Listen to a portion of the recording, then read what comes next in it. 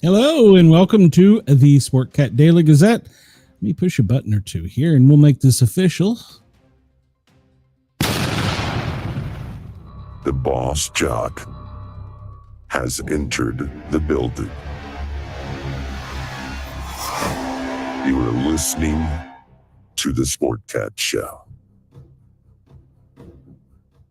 That's right, ladies and gentlemen, boys and girls, children of all ages. You have the one, the only Sportcat. We are live on Mastiff Media, Dare Talk Radio, and Radio X in Australia. You're tuned to the Sportcat Show. That's right. You are tuned to the Sportcat Show. Come over and find us on the tube. On YouTube, we have an audience that is superior to none. And we encourage everybody to come over to like, to share, subscribe, hit that thumbs up button. I really need you to, and subscribe. We got a great chat going. Hello, Denise. Welcome. And hello, Chris. Thank you for the reminder. I need that. And remind me at the top of the hour, I got to keep us legal and play a radio ID update to stay legal in certain countries that aren't here in the U.S. It is Monday. Oh, I just can't wake up this morning. And even with all the caffeine, I can't wake up. I've had 3 Mountain Dews. I think I might need another one. All right, well, let's just jump right into things because it is Monday. We have some breaking news and we have a few other things to talk about, so we'll just hit it. It's currently, got to put my clock up there. It is currently 1:07 or 17:07 Eastern, no, not Eastern, Universal Coordinated Time. Good morning to Alaska. Good morning to Hawaii. Perth, it is 1 a.m. Good morning, Sydney. Good morning. If you happen to be listening in the UK, good evening. So New York City, it is currently 1:07 like it is here in Knox Vegas, 12:07 in the Windy City. Denver, hello, Denver, Mile High City, 11 a.m. And California, we can't forget about y'all. It is 10:07 a.m. Chris is going to say, I'm going to add superior to none, distinct to my business card. Well, Sportcat is often imitated but never replicated. So there you go. And we are superior to all here at the Sportcat Broadcasting Network. We'll bring that up in a minute. But remind me, we do have to talk about hurricanes because, well, that seems to be the big story of the day. There's several big scary stories out there that the internet and the preppers and the fear weather, I'm going to use that term, the fear weather forecasters are using. So there's some storms out there. We'll get to it. We got plenty of time. All right, so today is August 11th. We're going to go back in history. Robert Ingersoll was born in 1833, the great agnostic. He was a New York lawyer, politician, and orator. He earned his nickname by campaigning in defense of agnosticism during the golden age of free thought in the mid-18th century, when he popularized scientific rationalism and criticism of the Bible. Ingersoll became a successful attorney general for the state of Illinois, but his religious views kept the Republican Party from appointing him to higher posts. 1934, the first Civilian Prisoners Act. Hold on, let me read that again. The first civilian prisoners arrive at Alcatraz. A group of America's most dangerous prisoners arrive at the infamous Alcatraz Federal Pen in San Francisco. They were the first civilians to be incarcerated at this former military prison. More prisoners arrived throughout the month, including the infamous mobster Al Capone. Many attempted to escape over the years, though only 3 may have ever succeeded. While it is equally likely that they drowned in their attempt and they never washed ashore. So, 1965, the Watts Rebellion begins. Police abuse against black citizens spark a massive uprising in the Watts neighborhood of Los Angeles when Marquette Fry was struck with a baton after being pulled over for drunk driving. Onlookers claim they saw an officer kick a pregnant woman who was present at the scene, and the unrest began. The Watts Rebellion lasted for 6 days, and 14,000 National Guard troops were brought in to suppress it, ultimately leading to the death of 34 people and $40 million worth of property damage. 1998, Poughkeepsie killer, Kendall Francis, is sentenced to life in prison. Well, he murdered 8 women. He went by the nickname of Stinky. He was noted by his coworkers and family as always emanating a horrendous stench. Could you smell him coming like Bigfoot? Police would later realize that the stench came from the multiple bodies that he stashed inside his New York home. Ew. Eventually, statements from local prostitutes would lead police to him in his house of horrors. In total, it is believed he is responsible for at least 8 murders. It is possible he killed many more. He died in 2014 while in prison. In 2014, the great Robin Williams passed away. Beloved actor and comedian.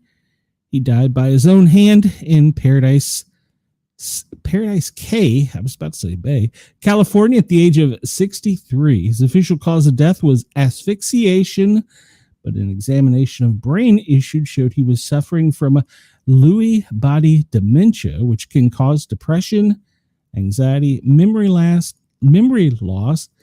and even paranoia. His widow noted that he experienced a spike in all of these symptoms leading up to his tragic death. He is missed. He was one of those people that could make anybody laugh, I believe. He got a little political towards the end, but they all do. All right, so the Mesoamerican long count calendar. I don't know what the hell that is. I guess that represents the months. 3114 BC is traditionally considered the start date of the Mesoamerican long count calendar used by several pre-Columbian Mesoamerican civilizations, most notably the Maya. 1845, Allies refused Japan's offer to surrender on the condition that Emperor Hirohito retains his status. 1954, formal peace treaty ends over 7 years in fighting of Indochina between the French and the communist Viet Minh. 1988, Al-Qaeda is formed at a meeting between Osama bin Laden, Aya al-Zawahiri, and Dr. Fadi in Peshawar, Pakistan. 2003, NATO takes over command on the peacekeeping force in Afghanistan in its first major operation outside Europe in its 54-year history. 1937, The Life of Emily Zola, directed by William Dietrich and starring Paul Mini, premieres in New York City. 1978, the second studio album by Chick See Sis Chick, don't even know who they are, featuring the single La Freak, was in 1979. Now, that was a disco song, wasn't it?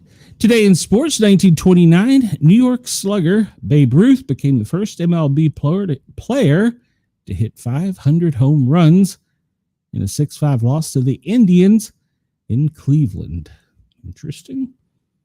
He lost, but he set the record. And just bear with me. I'm a little slow today. All right. What is today? Every day has a national day. It's Play in the Sand Day. Well, my grandkids will love that. Global Kinetic Sand Day. Have any of y'all played with that? It's actually kind of fun. It's National Raspberry Bombay Day. National Sons and Daughters Day. And it's National Presidential Joke Day. Well, we might outlaw that soon, so we can't joke about politics anymore. All right, it is Mountain Day, Chad Independence Day, Hip Hop Day, Ingersoll Day, which we already discussed, National Align Your Teeth Day, National Bake Well Tart Day, National Face Mask Day, National Fufu, I assume that's talking about the food, not the poodle, Day, and Victory Day in USA. And we'll have to come up with a presidential joke for today, since it's National Presidential Joke Day. All right, this was sent in to me by Alert Fan and Super Fan. Chris, I saw it on another website, but I didn't know exactly where it was, and I was kind of hustling through some other stories. An explosion at a U.S. steel plant near Pittsburgh has left dozens wounded and people trapped under the rubble, with emergency workers on site trying to rescue them. This is in Allegheny County, Pennsylvania, near Pittsburgh. Dozens of wounded people are trapped. There are no confirmed fatalities, according to the director, but the emergency services said a fire started at the plant at 10:51 a.m. local, that 5 people were transported. They did not provide any more details on what was going on. They said it was an active scene. The plant, a massive industrial facility along the Monongahela, probably pronounced that wrong, Monongahela, that's probably more like it, river south of Pittsburgh, is considered the largest coking operation in North America. It is one of 4 major U.S. steel plants in Pennsylvania that employs several thousand workers. In June, U.S. Steel and Nippon Steel announced they had finalized a historic partnership, a deal that gives the U.S. government a say in some matters and comes a year and a half after the Japanese company first proposed its nearly $15 billion buyout of the iconic steelmaker.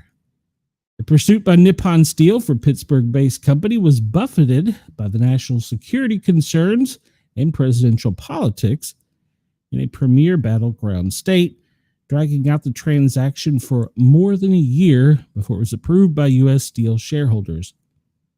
In February, a problem with a battery at the plant led to a buildup of combustible materials that ignited, causing an audible, quote, boom to the Allegheny Health Department. According to the Allegheny Health Department, 2 workers who got material in their eyes received first aid treatment in a local hospital, but were not seriously injured. In recent year, the plant has been dogged by concerns about pollution. In 2019, it agreed to settle a 2017 lawsuit for $8.5 million. Under the settlement, the company agreed to spend $6.5 million to reduce soot emissions and noxious odors from the coke-making facilities. It's on the river about 20 miles south of Pittsburgh. They've also faced several lawsuits over pollution, and one accusing the company of violating clean air laws. So, no further information. That area will have a response from all over the state and Maryland because of its location. Chris says, raspberries seem to have a lot of very specific days. They are trying too hard. Yeah, raspberries giving it too much effort. All right, well, for those of us old enough to remember this, AOL, I should have downloaded the sound effect of the modem connecting, a 1200 baud modem. AOL is ditching dial-up service. It's a relic of the internet in the 90s and early 2000s. AOL is now a part of Yahoo, said the dial-up service, along with the AOL dialer software in the AOL Shield browser, will be discontinued September 30th. I didn't know it was a part of Yahoo. In the hazy impressions of memory, some may recall it fondly, the AOL dial-up sound. It was a certain age with the World Wide Web is coming to a close. The company, known by its "You've Got Mail" greeting in the CD trial disc, God, there was like hundreds of them. So many CDs made the announcement on its website today. AOL routinely evaluates its products and services and has decided to discontinue dial-up. It will no longer be available in AOL plans. Absent the wireless signal of modern-day dial-up, the internet using a conventional telephone line, emitting a distinctive high-pitched chirping sound in the process. AOL, which is now part of Yahoo, said the dial-up along with the AOL dial software and AOL Shield browser is discontinued. They were famous for the disc and the noise and "You've Got Mail." Yes, they were. Does the AOL Messenger chat, is it still a thing? Can you still use that? Does anybody know? All right, we're going to jump to law and crime. We're going to jump around a little bit today. We're going to be serious and we're going to be silly, and then we're going to talk weather, and we're going to have all kinds of fun today. So this comes to us from Law and Crime. A Texas man is facing criminal charges for allegedly confronting 2 young girls in an elementary school parking lot wearing only a diaper with a pacifier around his neck while allegedly shouting, "Goo goo gaga, I need a diaper change." According to authorities, Wesley Worrell, he's 45. He's accused of approaching the children last Wednesday in the parking lot of the Andy Woods Elementary School in Tyler, Texas. He is charged with criminal solicitation of a minor, criminal trespass, after allegedly coming up to the kids as they were riding bikes and scooters in the area. The public information officer for PD, Andy Ehrenbaugh, confirmed to Law and Crime on Sunday that Worrell was arrested at his place of work later in the day after being identified by the girls. His arrest affidavit, which was obtained by a local ABC affiliate, says the youth rode to a resident's home and alerted two people about what was allegedly happening to them. They were shaking and truly petrified. "Will you change my diaper for me?" he allegedly asked them before the kids fled. "Goo goo gaga, I need a diaper change," he allegedly said. The girls were so frightened that they fell down and skinned their knees while trying to reach the two residents, according to authorities. They both claimed a, quote, "scary man" was chasing them. According to the affidavit, court records show that he has a laundry list of previous charges going all the way back to 1999. It's 26 years, with arrests for stalking and looking at children in inappropriate ways. That seems like a subjective one, but I don't know the law, including one incident where he was caught with his hand in his shorts. When cops asked him why, he reportedly said he was, quote, "checking his diaper." This man needs some serious mental health and needs to not see society for a very, very long time. All right. Well, we'll stay with children's sex crimes for 100. Wrong button. Why did I hit that button? Why am I muted now? I hit the button in the wrong place and I got to check and make sure I'm not muted. Okay, I'm not muted. All right. So, back over here. 12-year-old girl was struck by a sex toy thrown at a WNBA game in Brooklyn, and the suspect is being sought by the NYPD. A Beavis and Butthead fan allegedly pulled the crude stunt at a New York Liberty's Dallas Wings game at the Barclays Center last week. On Monday, police are still looking for a man who threw a sex toy during the WNBA game, striking a little girl in attendance. They released a photo of the man, you can see it down below, and a short video clip of the man wearing a Beavis and Butthead t-shirt and an Ohio State cap at the New York Dallas game last Tuesday. Police said during the game, the unidentified individual threw an object which struck a 12-year-old victim in the right leg. What is wrong with people? Good Lord, I don't understand it. He's doing Beavis and Butthead a severe, severe disservice. Why does everybody want to see my schlong? That's probably what he was yelling. The incident was the latest in a series of men throwing sex toys towards WNBA players over the past 2 weeks. Apparently, the trend started on July 29th when a sex toy landed on the floor of a Golden State Valkyries game against the Atlantic Dream in College Park, Georgia. There's been similar incidents in Phoenix, Chicago, and LA. 2 men so far have been arrested in connection with incidents in Georgia and Phoenix. The safety of everyone in our arenas remains a top priority, according to a WNBA spokesperson. We are working closely with local and federal law enforcement officials to pursue all actions, including arrest, prosecution, and felony charges where applicable. Anyone engaged in this conduct or otherwise involved in sponsoring this reckless and unacceptable behavior will be prosecuted. I don't get it. Chris says he should have been wearing a glove instead of a diaper.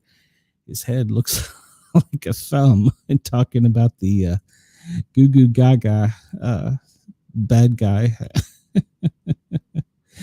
All right, we'll go to Tennessee for a tragic story. This comes to us from Sevierville, Tennessee. The Tennessee Wildlife Resource Agency says an elderly man kills a bear with a shotgun after it broke into a Sevierville home. This occurred over the weekend. Apparently, the bear broke into his house on Sunday, and, well, it it happened around 1:30, and the gentleman woke up and heard noises coming from his kitchen. He found the bear inside the home after it broke through a screen door. The bear fled the home but would not leave the property. The elderly man had to then shoot the bear with a shotgun outside the home. The bear was a yearling male, and it later died, according to TWRA. Man had said the same bear had broken into outbuildings on the property. They said that the TWRA investigated and determined there were no violations. It is unusual for black bears to enter occupied homes. Such behavior often develops after repeated intentional or unintentional feeding by people through unsecured garbage, birdseed, or pet food. According to the agency, the area has recurring problems with unsecured trash, leading to car break-ins, home entries, and even injuries to people. The agency said the homeowner did not want to take the action, but felt it was necessary to protect his safety. Under the TWRA human bear conflict matrix, a bear that enters a residence would be captured and humanely euthanized, according to the authorities. Yogi, you cannot go breaking into people's homes. All right, we're going to talk about conspiracy theories for a bit because there's a couple conspiracy theories. Well, no, there's a couple shows that I watch so you don't have to that go a little bit crazy with things sometimes. We're going to talk about a couple of them today. But the first thing we want to address is this age group is most likely to fall for conspiracy theories, and it's not who you think it is. This comes to us from the Huffington Post. When it comes to falling down a rabbit hole with conspiracy theories, QAnon, the pandemic conspiracy theory, it's young people, not the older demographics, who are more prone to buy into such beliefs. Age is the most significant predicator of conspiracy beliefs among all other factors, according to the study that was recently published in the journal Political Psychology. And it's people under 35 who are consistently more likely to endorse conspiratorial ideas than any other age group. Now, I'm not going to say that they're not out there, that some that are real, but we get a little carried away sometimes. From age 35 on, susceptibility conspiracy theory decreases relatively steadily across older age groups, said Jean-Nicolas Bourdois, a research fellow at the Jeff Bleich Center for Democracy and Disruptive Technology at Flinders University in Adelaide, Australia. Political conspiracy theories are pushing more and more family relationships to the breaking point. I've seen it multiple times. It's not uncommon to hear about siblings who are estranged over extremist political views, or people who lost their family members to QAnon, a conspiracy theory that posts that a satanic cabal of elites and pedophiles is working behind the scenes to orchestrate global events and enslave children. Conspiracy theories increasingly affect our elections. QAnon believers came out heavily for President Trump in recent elections. To them, Trump is a, quote, white knight figure destined to bring down the aforementioned cabal. That's what made his current handling of the E.P. Stein case such a divisive issue. A voter fraud conspiracy theory drove thousands to violently storm the Capitol on J6, and an act of domestic terrorism that threatened the nation's peaceful transfer of power. Given the growing impact of conspiracy theories in our political and personal lives, Bourdois and Daniel Stockenheimer, I wish they'd have easier names to pronounce, a political studies professor at the Universities of Ottawa in Canada, that it was high time to find out what factors most influence people buying in. We were really curious to understand why some people adhere to some really unbelievable narratives, like the flat earth and QAnon, They told the Post. Our results don't imply that, quote, all young people are attracted to a conspiracy theory, but what we can demonstrate is that younger people are more likely to believe various conspiracy theories than older individuals. If you assumed it might be boomers who most frequently fall into conspiracy theory traps, there are countless depressing stories in online forums of grown children detailing how their, quote, Fox News watching parents fell into the QAnon rabbit hole after doing research. You're not alone. Bourdois figured that it would be the case too. Younger citizens being more conspiratorial as a whole definitely goes against the typical stereotype of the, quote, older uncle at the Christmas table exposing the latest conspiracy theories, they said. Initially, we were quite surprised to see that younger people were most likely to believe in conspiracies. To find all of this out, the researchers conducted a meta-analysis, a kind of studies which synthesized the results of 191 peer-reviewed articles published between 2014 and 2024. The huge onset, which included over 374,000 participants, suggested a, quote, robust association between young age and belief in conspiracies, they stated. To confirm that, we ran our own original multinational survey of more than 6,000 people across 6 diverse countries, including Australia, Brazil, Canada, Germany, the US, and South Africa. Regardless of the country, the results were the same. Age was the most potent predictor of conspiratorial belief systems, more than a person's gender, level of income. So why are younger generations intrigued by conspiracy theories? Well, they think that that there are 3 interconnected reasons. First, the fact that young people have a deep sense of political disaffection and alienation. Second, there's a tendency for young people to adopt an activist style of political participation and be exposed to more radical environments where conspiracy theories thrive. QAnon originated on the dark web, with various ideas circulating on 4chan and 8chan as early as 2017. Lastly, there's the self-confidence factor, or lack thereof. Self-esteem fluctuates throughout our lives, but studies have shown that adolescence tends to be a period of heightened lower self-esteem, particularly for young girls. Low self-esteem can partly explain why younger people are attracted to the conspiracy theories, they said. It becomes a way to cope with feelings of powerlessness. In other words, you don't have power. They said he'd love to further the study more for the socialization component of the conspiracy beliefs, how young people are exposed to these narratives, for instance, and whether or not social pressure plays a part. On a wider level, he hopes that more time and resources are put into looking ways to help young people become more media literate. It might be through education, reform, or targeted intervention or policy changes, but we're committed to leveraging our research to help. And you see, there you can have a conspiracy theory too. If you put it into education or you make legislation or do policy changes, they're just going to come out and say it's the same way. Chris says Huffington Post seems very one-sided on their decision of which theories they include in their story. That is true, Chris. That is very true. Very true. All right. Well, we're going to talk about one conspiracy theory. I don't know if this is really a conspiracy theory or just a falsely reported thing.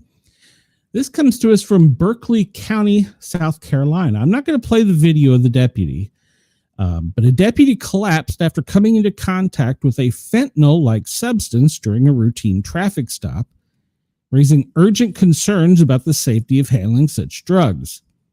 The incident, captured on body cam, showed the deputy being administered Narcan after touching a unknown substance on a dollar bill, which was later tested for fentanyl. A member of Favor Low Country and recovered fentanyl. Okay, Allison Langston, a member of Favor Low Country and a recovered fentanyl user, shared her experience saying, I used fentanyl every day for 5 years, and I never had a reaction when it touched my skin.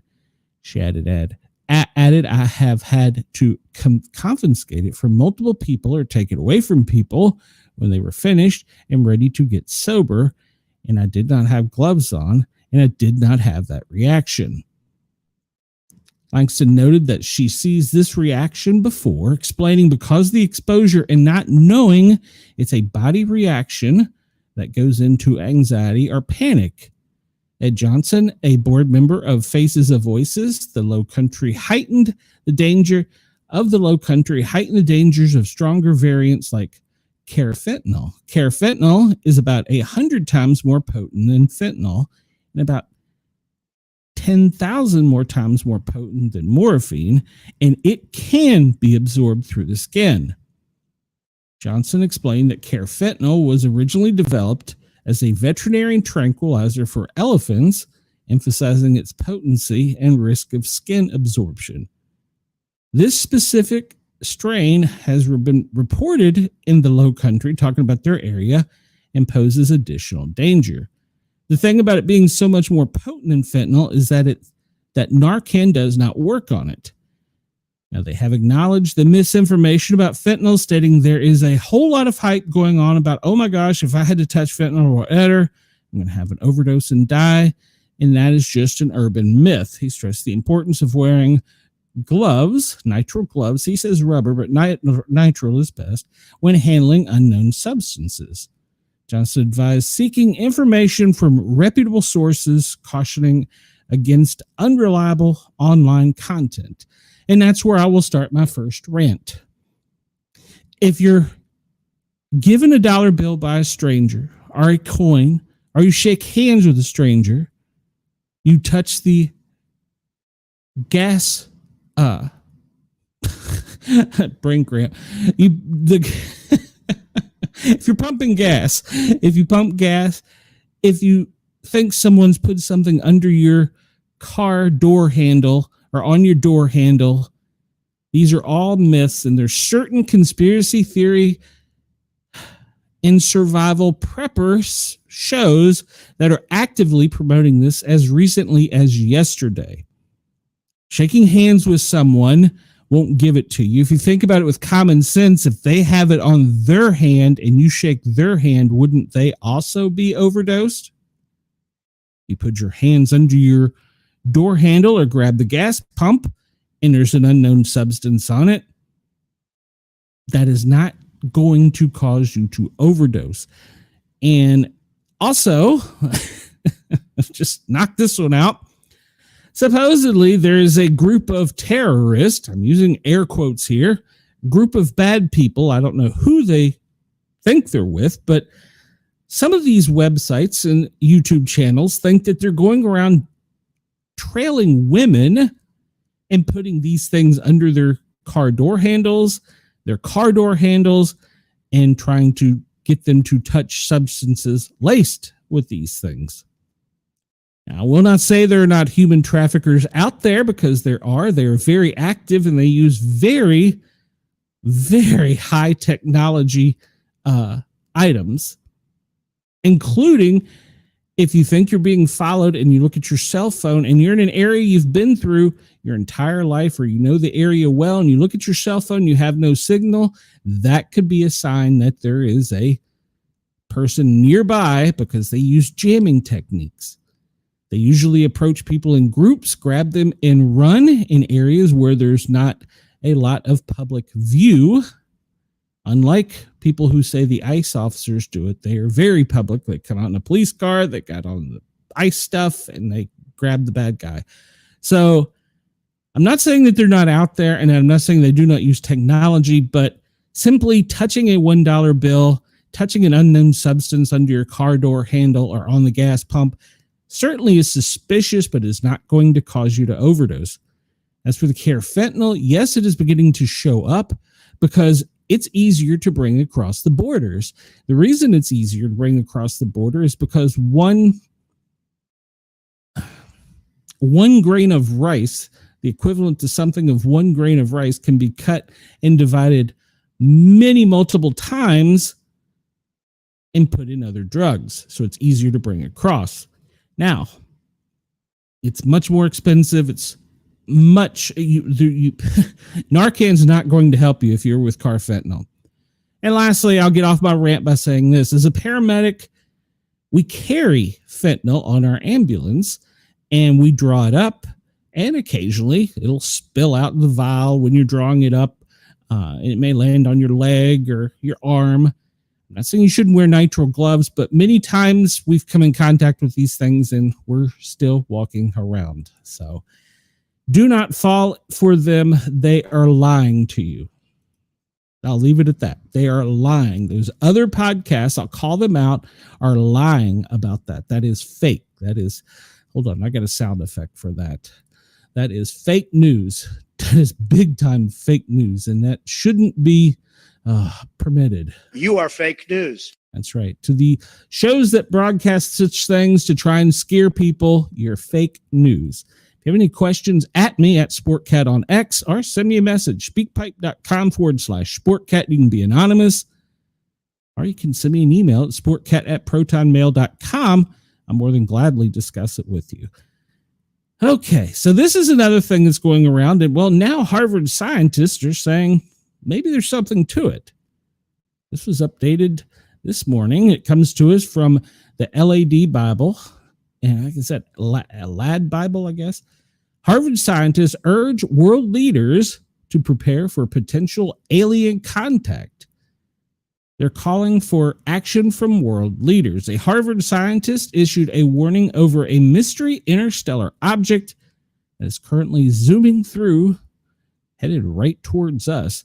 The 31 Atlas was not from our galaxy, and it was first discovered by the space agency with a funded telescope in Rio Hurtado, Chile, on 1 July. Astronomers have categorized the object as interstellar because of its hyperbolic shape and its orbital path.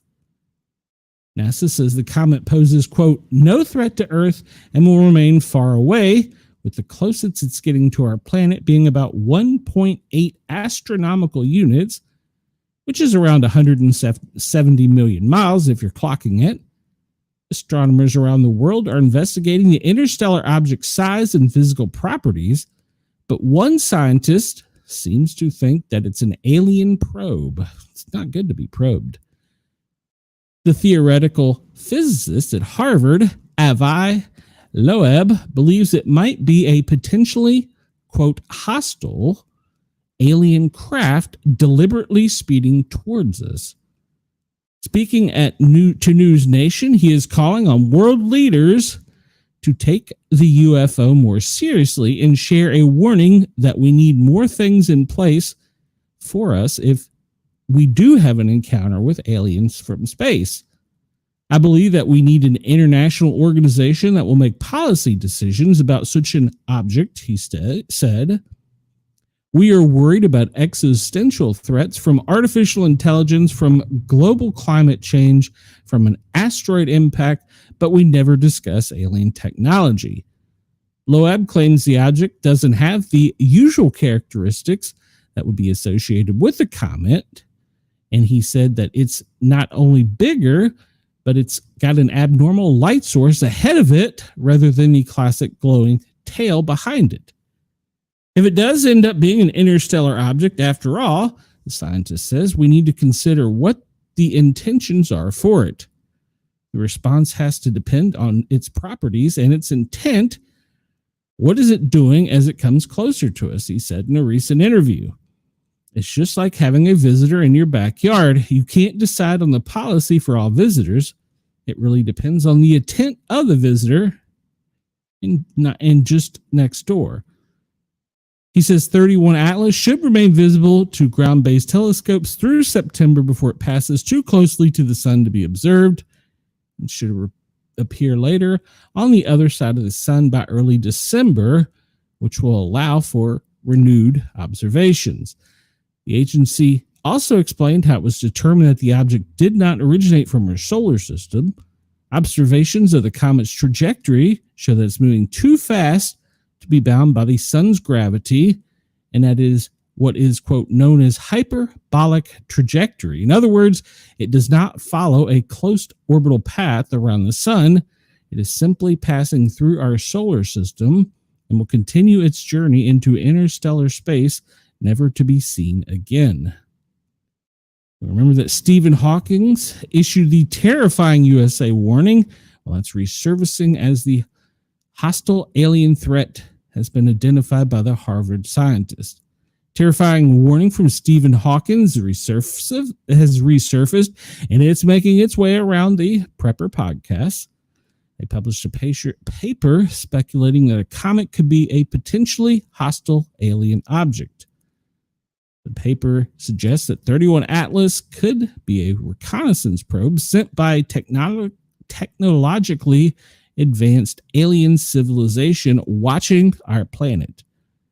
Okay, so Stephen Hawking was saying we should stop sending signals out to space because we don't know who will answer the sound. I don't know, so stay tuned. All right, so I was today's years old when I learned that there is a difference between a mass shooting and mass murder, because we're changing the term. Mass murder is 4 or more dead people by any weapon, and mass shooter is 3 people by a projectile, gun, rifle, whatever only, if that makes sense. So they're changing the terminology around. I'm sure my YouTube algorithm just went to hell there. But so let's discuss this. The shooting in Atlanta, we're considering it a mass shooting, but we only had 1 victim, or 2 victims technically. A gunman who believed that the COVID-19 vaccine, man, my algorithm just went to hell, made him ill. Well, he fired at the agency's Atlanta offices, killing a police officer and rattling the public health community.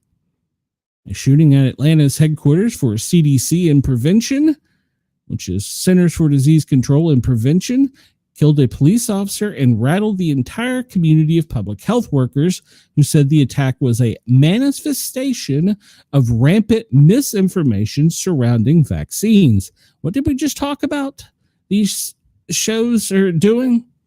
How old was this man? We just talked about the age group. A 30-year-old man who believed the COVID-19 vaccine had made him ill opened fire at CDC buildings on Friday, according to police.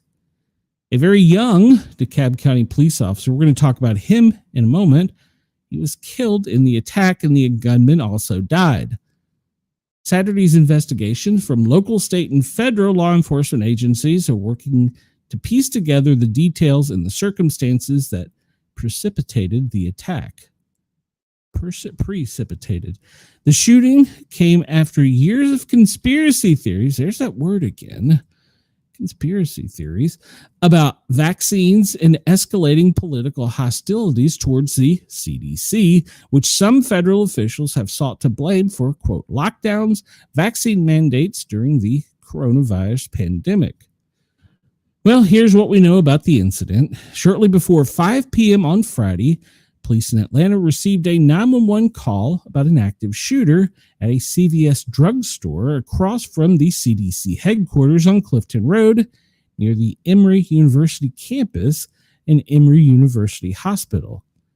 Dozens of bullets struck the exterior of at least 4 CDC buildings, damaging windows and pitting the structure's sleek glass facade, but no CDC employees or civilians were injured.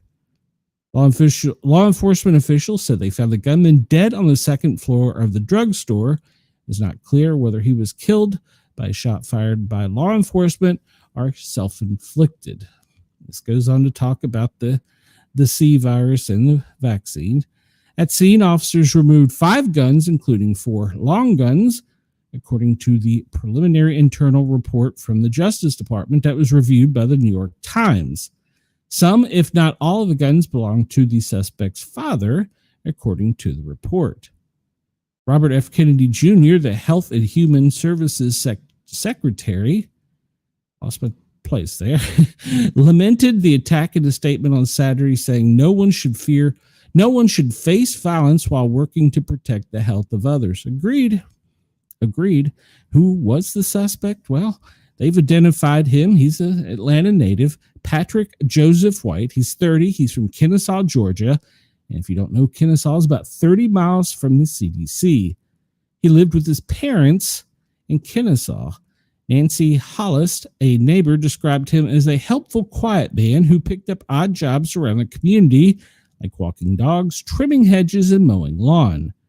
But he had recently become unsettled and fixated on vaccines, according to Mrs. Holst.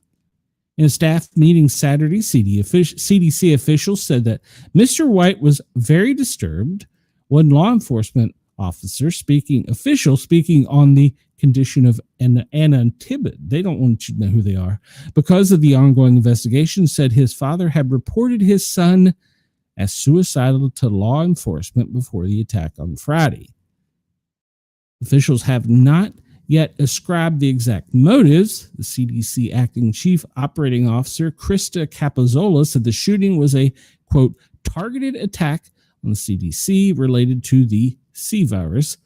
In an email addressed to the CDC employees on Saturdays, law enforcement officials also said that the suspect believed that the C virus vaccine had caused his physical ailments.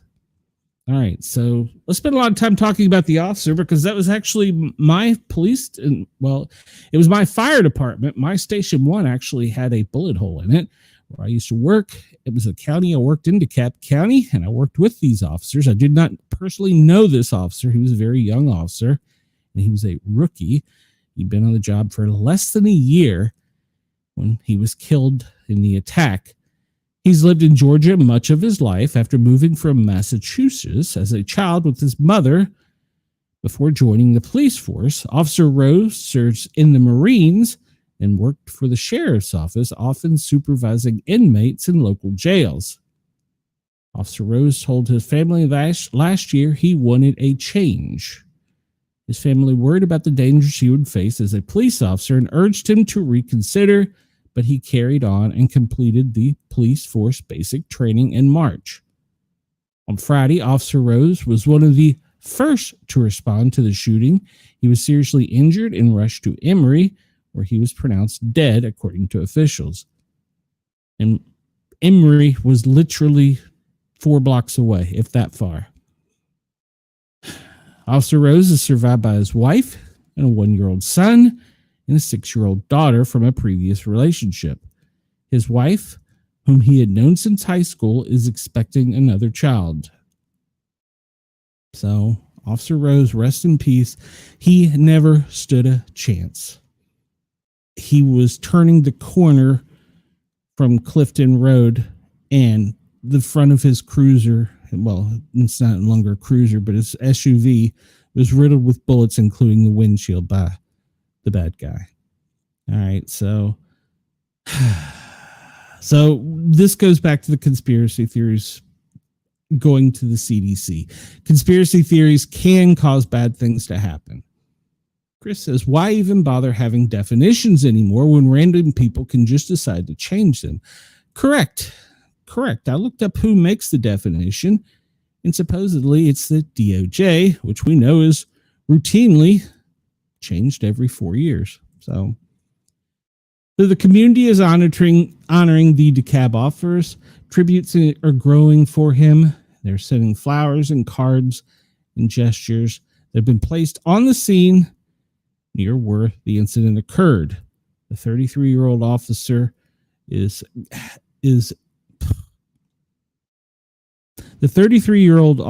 being remembered. Flags on all county properties are at half staff.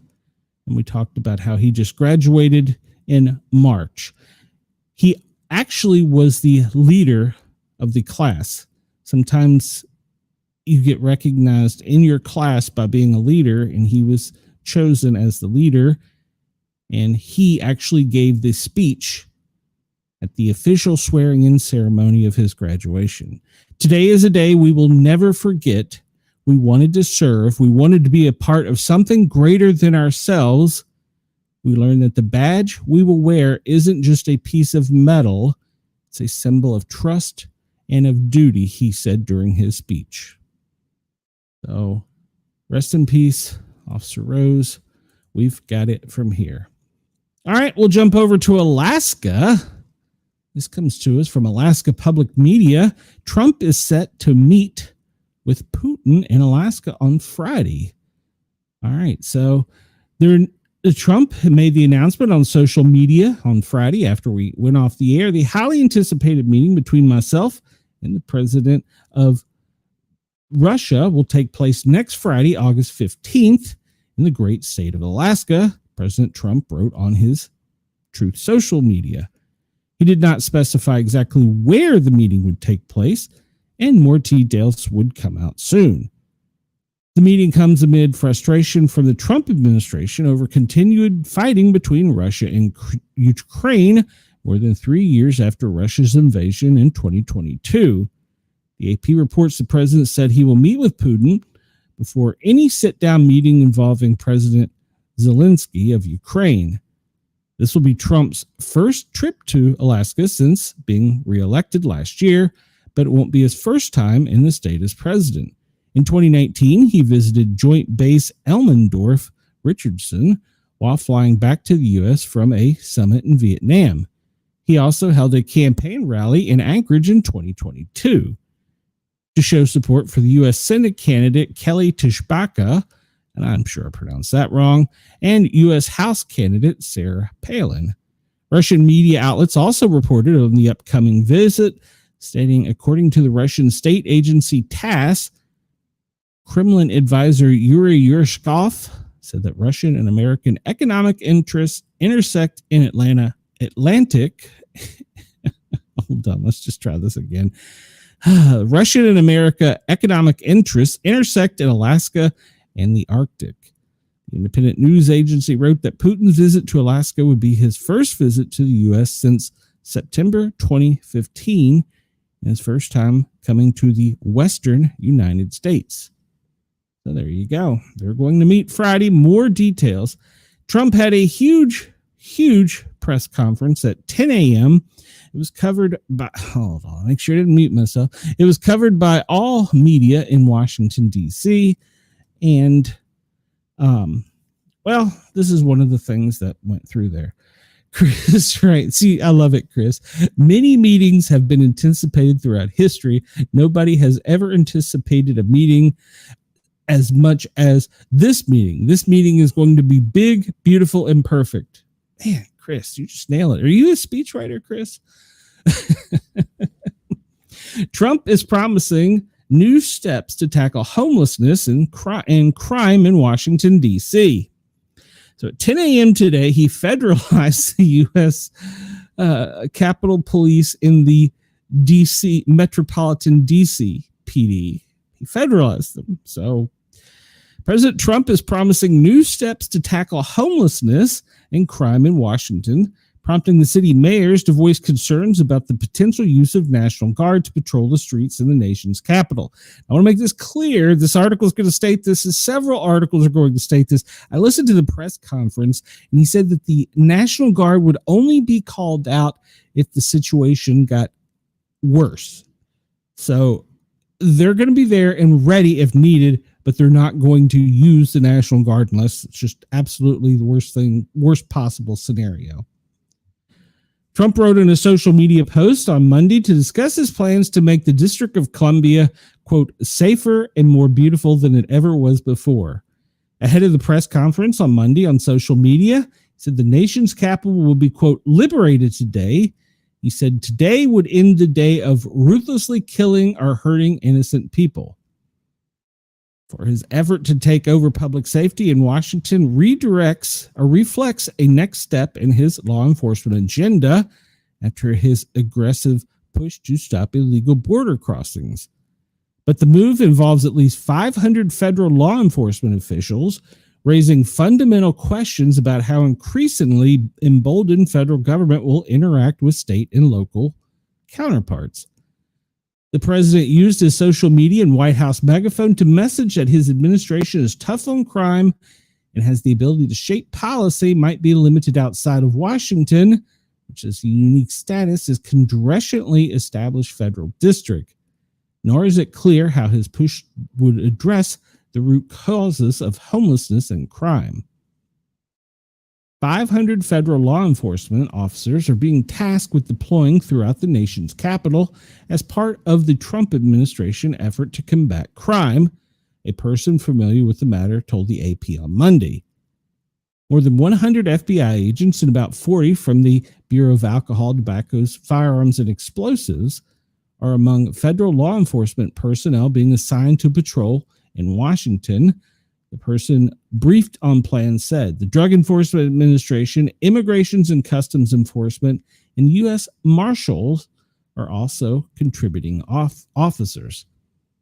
The person was not authorized to speak publicly on personnel matters and spoke to the AP on the condition of inactivity. And he didn't want him to know who the hell he was. Early Monday morning. They're going to focus on homelessness. Trump said in social media posts that he wanted the removal of Washington's homeless population, but it's unclear where they're going to go. The homeless have to move out immediately, Trump wrote on Sunday. We will give you a place to stay, but far from the Capitol. The criminals, you don't have to move out. We're going to put you in a jail.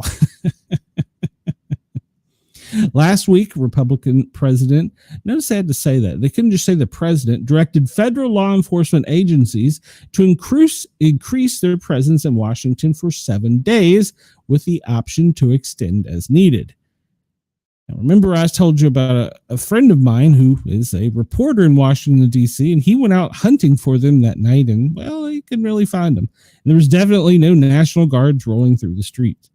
On Friday night, federal agencies, including the Secret Service, the FBI, and U.S. Marshals, assigned more than 120 officers and agents to assist in Washington. Trump said last week that he was considering ways the federal government to, quote, seize control of Washington, asserting that crime was ridiculous and the city was unsafe after the recent assault of a high-profile member on the Department of Government Efficiency. The National Guard, the Trump move, was considering bringing in the D.C. National Guard. Mayor Bowser, a Democrat, questioned the effectiveness of using the Guard to enforce city law, and the federal government could be far more helpful by funding more prosecutors or filling the 15 vacancies on the D.C. Superior Court, some of which have been open for years. Bowser cannot activate the National Guard herself, but can submit a request to the Pentagon.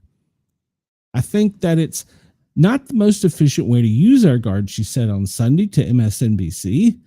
It is the president's call about how to deploy the Guard, though. She was making her first public comments since Trump started posting about crime in Washington last week. She noted the violent crime in Washington has decreased since a rise in 2023. Trump's weekend's post depicted the district as one of the most dangerous cities in the world. For Bowser, any comparison to a war-torn country is hyperbolic and false. Police statistics show homicides, robberies, and burglaries are down this year when compared to that of 2024. Overall, violent crime is down by 26% compared to this time a year ago.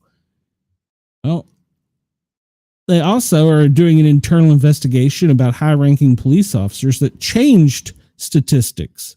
They don't mention that in this article, but you can find it by searching for it. So the president criticized the district's use of tents as squatter, filth, and crime. And, well, he's been set off by the attack for the Doge employee, where they arrested two 15-year-olds, attempted carjacking, and they're looking for others. This has to be the best run place in the country, not the worst in the country, Trump said on Wednesday. He called Bowser a good person who has tried, but she's been giving many chances. So Trump suggested the rule of Washington could be returned to federal authorities. Doing so would require a repeal of the Home Rule Act of 1973, a step Trump lawyers are examining. It could face steep pushback. Bowser acknowledged that law allows police to take more control over the city's police, but only under certain conditions. None of those conditions exist in our city right now, she said. We are not experiencing a spike in crime. We're watching our crime numbers go down. It's one opinion. So, but they're also changing the numbers. I don't know what button I just pushed. There we go. I'm back. Let's see. I got to do something real quick to keep us legal with our dear friends in Canada. You're listening to a Dare Media Group and Mastiff Media radio station. From Dare Media Group, Radio X Gold, Radio X Country, 6RXM, Radio X Magic, and Dare Talk Radio. And from Mastiff Media, Yerg's Radio, Rainbow Radio, Right Talk Radio, Forward Radio, Mastiff Sports, and Shady News Radio. For more information, visit daremediagroup.com.au or mastiff.medias. You're tuned to the Sportcat Show. And there you go. So, and remember to please come over and find us on YouTube. Like, follow, share, and subscribe. Come to the Paranormal Guys.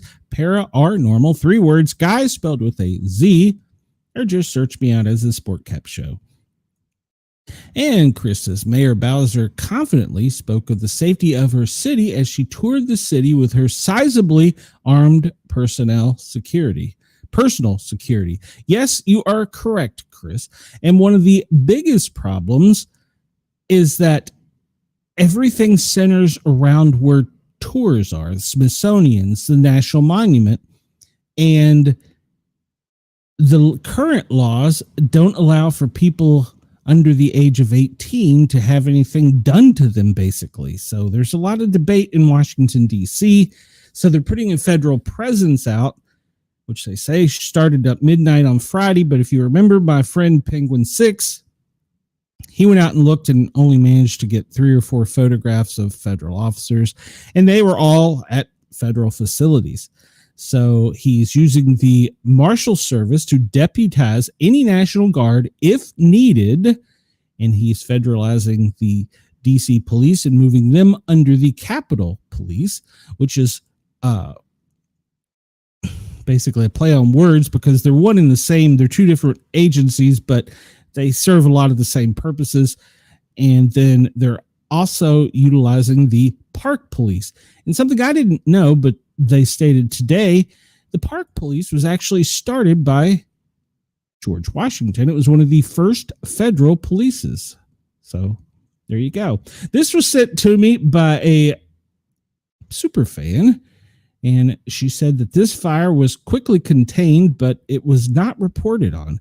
So this comes to us from Sky High News in Grand County, Colorado. Fire is dying down. The cause of the blaze is revealed. On August 10th, 6 p.m., the Windy Gap fire remains at approximately 30 acres and is contained to 90%. Over the next 24 to 48 hours, additional fire personnel will be downsized. Windy Gap fire burned 30 acres in Granby and was quite large over the weekend. Local firefighters had the assistance of 20-person hand crews while fighting the flames. Crews will remain on the scene for the next several days until there is full containment of the fire.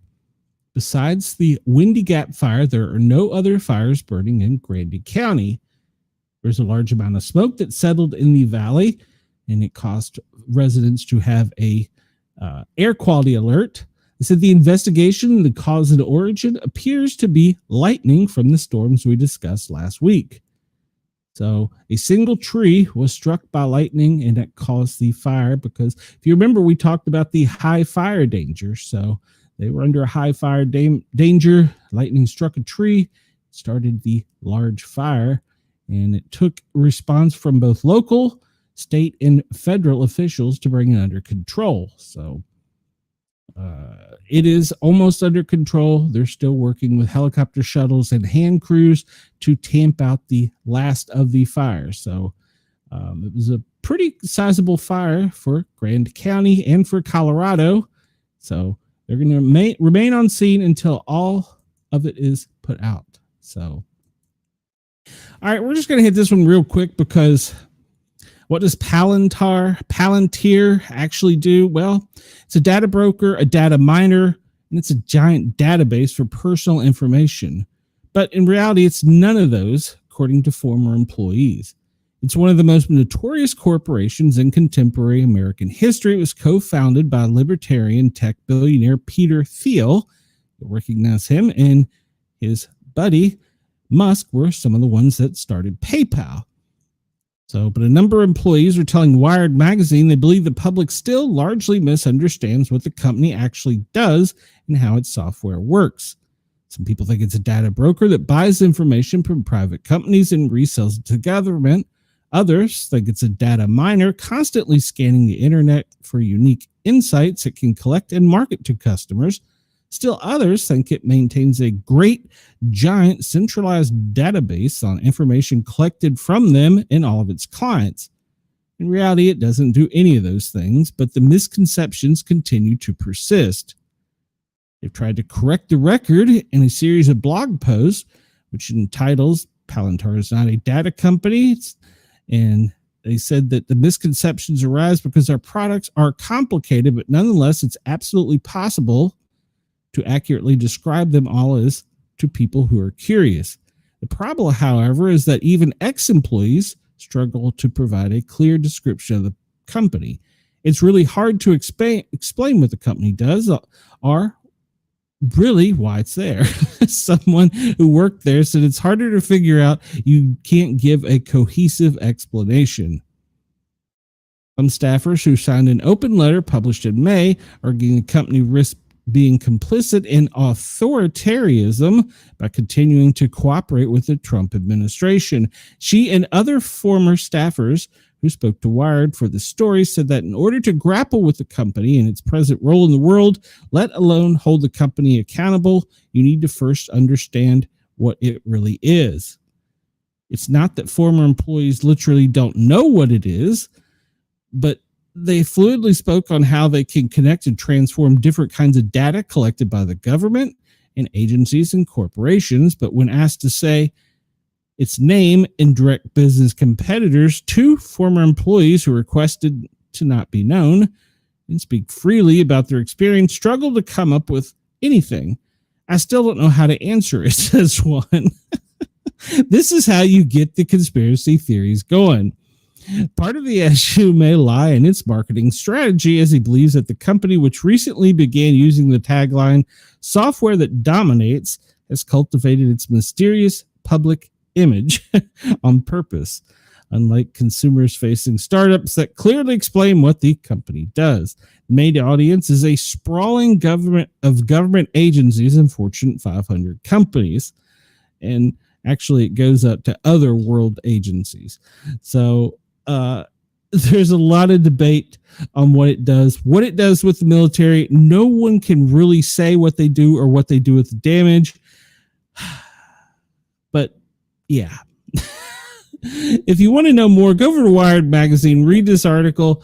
But basically, even the employees can't give you a solid answer, which could also speak to part of the problem, because the government does compartmentalize things so much that even they don't know what the hell it is. You could be working on a project for 20 years and never know that the guy 2 offices down is working on the same project. So part of what the government does, but there's a lot of conspiracy theories out there. All right, so there's a new train hitting the rails on August 28th.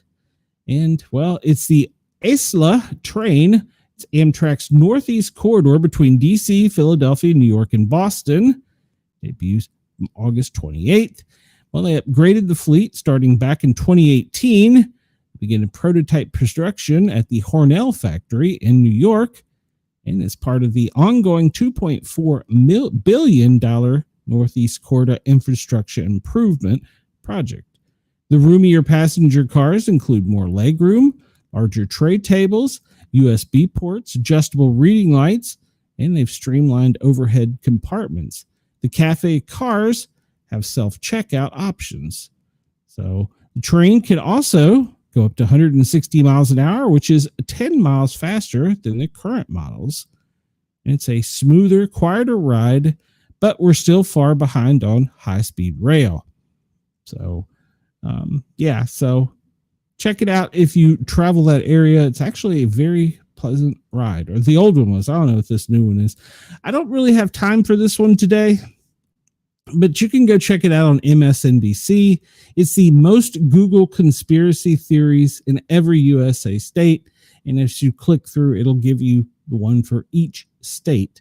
And it brings it straight from US Direct and US Gov survey about Americans. So check it out. If you're interested, you can go to MSN and see that.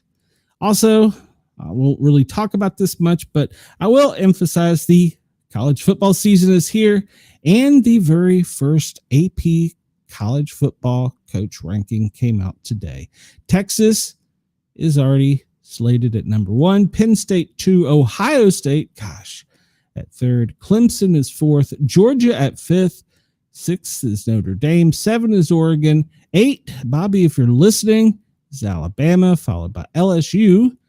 In Miami, the U, Arizona State's 11, Illinois is 12th, the Gamecocks are 13th, Michigan is 14th, Florida is 15th, SMU, the Ponies, is 15th, Kansas State is 17th, Oklahoma is 18th, 19th is Texas A&M, Indiana, Ole Miss, Iowa State, Tennessee, Texas Tech, and lastly, but not leastly, because the last is Boise State, but Tennessee, the University of Tennessee, my alma mater, comes in at 24th, which is down 15 spots from last year.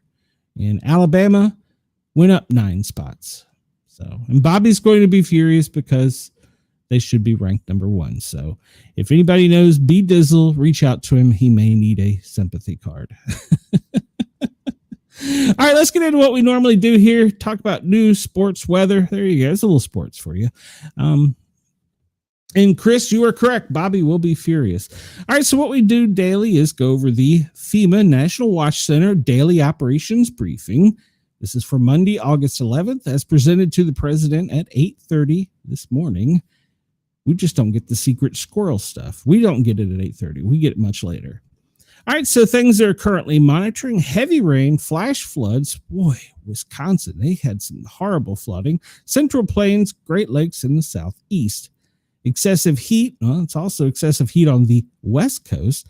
We're monitoring 3 disturbances in the Atlantic, in the Eastern Pacific. They're monitoring 1. The Central Pacific, they have a Cat 1 hurricane. Those are things they're watching. And the flooding in the Midwest, well, pretty much if you look at the United States and you do a swath from the corner down there at New Mexico, going all the way up to the Great Lakes, that whole area got soaked. Worst part was down in Texas, but Wisconsin, they also got some soaking. So, we'll get into that in a minute. So, Hurricane Henriette, it's currently a Category 1 out in the Central Pacific. It's 470 miles northeast of Honolulu. It's moving northwest at 17, 80-mile-an-hour winds, and the hurricane force winds are 15 miles out from the center, and the tropical storm force are 17 miles out. And it's going to pass well to the north of Hawaii, and it may strengthen the next day or two, but it doesn't appear that it's going to give any problem. Now, we're going to talk about the Atlantic a little bit more here in a minute. I got a lot of graphics because there's a lot of fear mongering out there, but there's 1 tropical cyclone in the Western Pacific, and there's a hurricane and a disturbance in the Eastern Pacific. So far, none are threatening. The Atlantic, however, well, a little different story. The national forecast for today, well, pretty much we're from Montana to Vermont and from Arizona to Florida, you can expect spotty showers. Oklahoma and Texas, you're going to have some heavy rains and flash flooding. Hopefully it'll give Wisconsin a little break. Tuesday, there doesn't appear to be any serious weather in the United States, but you can expect spotty showers and pretty much everywhere except the West Coast. And the same goes for Wednesday. There might be some slight uptick in heavy storms closer to the Chesapeake Bay, Washington, D.C. region. Well, the West, Washington, Oregon, Nevada, California, Arizona, you're going to have some extreme heat today. And, well, today is going to stay around and stay hot triple digits can be expected in some places in Southern California, Arizona, and New Mexico. And it's going to stay around for a day or two. So hang tight. It's coming. We talked about the wildfires that were burning in Colorado. There's 3 of them there. And the space weather outlook, well, no aliens are invading and there's no space storms.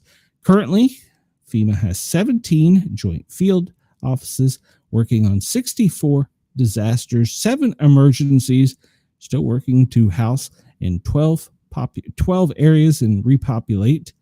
And there's still 10 teams supporting them with 6 joint recovery offices. So, all right. So there's that. Next, we'll talk about the president's daily schedule. We've actually talked about it a little bit, but we'll just go over it again because you never know. So let's go back in time, see what we missed over the weekend, see if there's anything from Friday after we went to air to, well, today. So let's see. Friday, well, he was quite busy Friday. And when we left, he didn't have much on the calendar. But at 2:30 on Friday, he had a meeting with the Prime Minister of the Republic of Armenia. And they participated in a joint signing at 3 with the Prime Minister of Armenia. And apparently that was all closed press. And he greeted the president of Azerbaijan, and I'm probably pronouncing that wrong, at 3 o'clock on Friday, and participated in meetings and signings with him. But apparently it was only the White House press pool.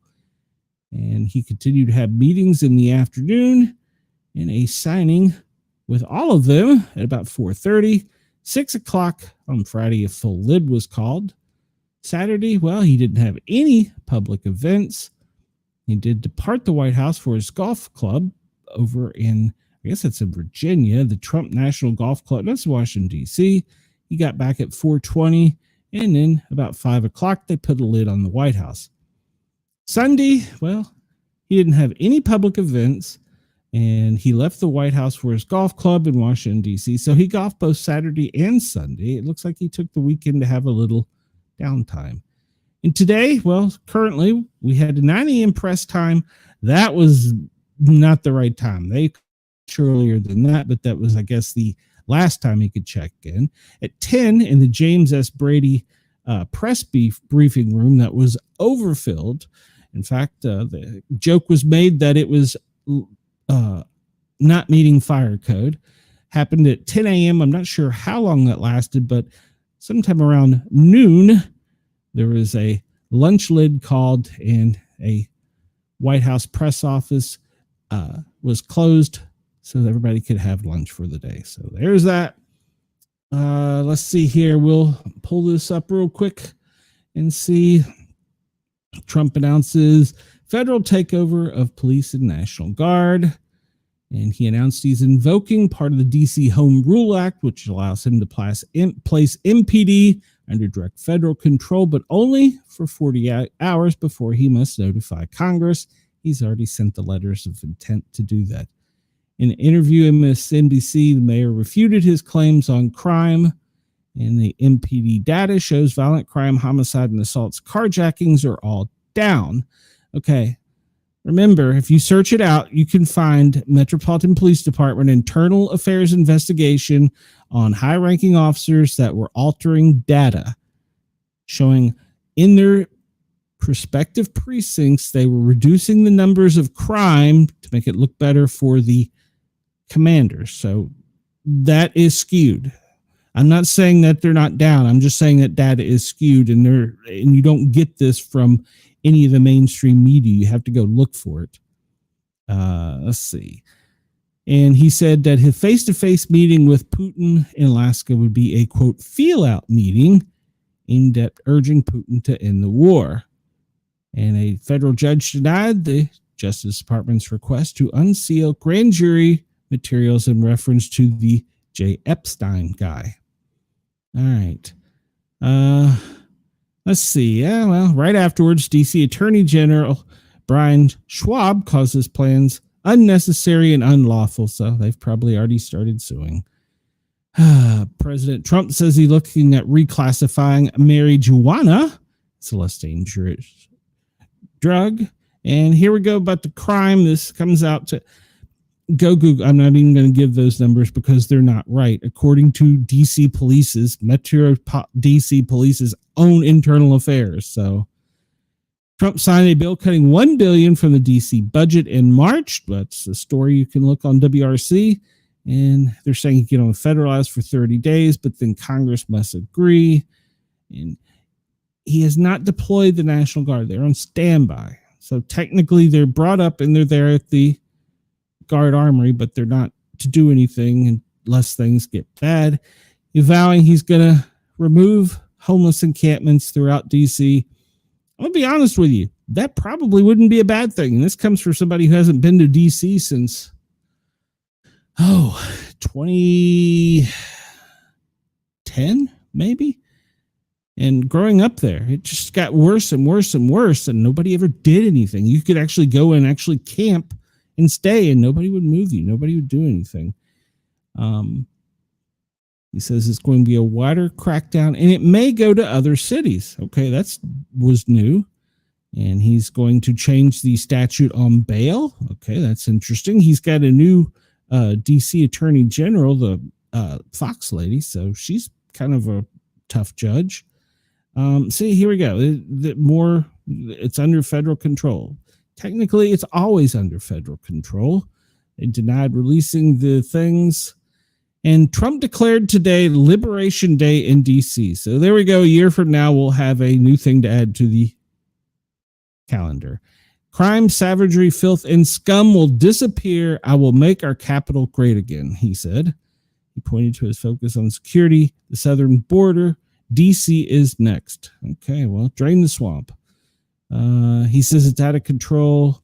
And once again, okay, so, and White House is considering inviting Zelensky to Alaska ahead of the meeting. And they're just hung up in Washington, D.C. on this here. Australia will recognize Palestine state, the prime minister says. I believe there were some conditions upon that, though, and I don't know if that was finalized. But I believe they were saying that Hamas couldn't have any control and there couldn't be terrorists before they would recognize it. Before the press conference, he was saying that homeless need to move out immediately. We talked about the press conference. Let's go. There's 2 new updates. Oh, go to the top of the page. There you go. He calls his upcoming sit down a feel out. We did discuss that. Oh, here we go. Here we go. Reverend Al Sharpton blasts Trump's DC police takeover as an assault on black cities. Jesus H. Christ. It's an assault on black cities. I didn't know there was white cities and black cities. Is DC a black city only? Can black people only live in DC? Are white people going to be beat down like they are in Cincinnati if you go into a black city? That's absolute bullshit, calling any city a white or black thing. Jesus Christ. Chris, calm me down.